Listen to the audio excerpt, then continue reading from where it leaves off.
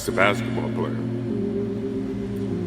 as a businessman and a storyteller, and as a father. In the game of basketball, in life, as a parent, Kobe left nothing in the tank. He left it all on the floor.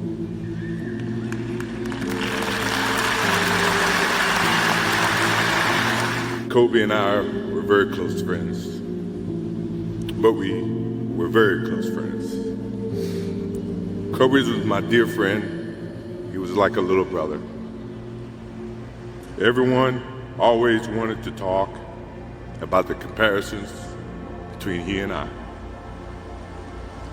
I just wanted to talk about Kobe.